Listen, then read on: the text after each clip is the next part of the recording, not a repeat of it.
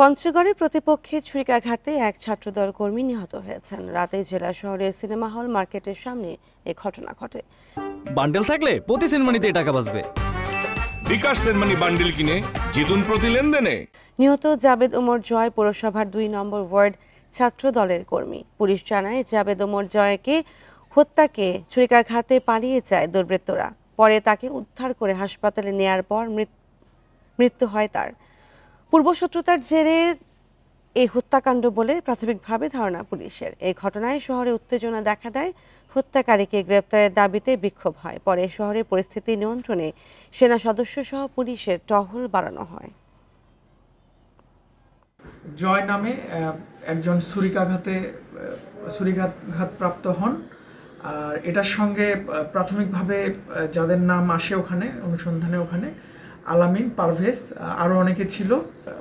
Police সহ সেনাবাহিনী আমরা বাড়তি সতর্কতা অবলম্বন করছি যাতে কোনো এই দুর্ঘটনা নিয়ে কোনো আইনশৃঙ্খলার অবনতি না হয়।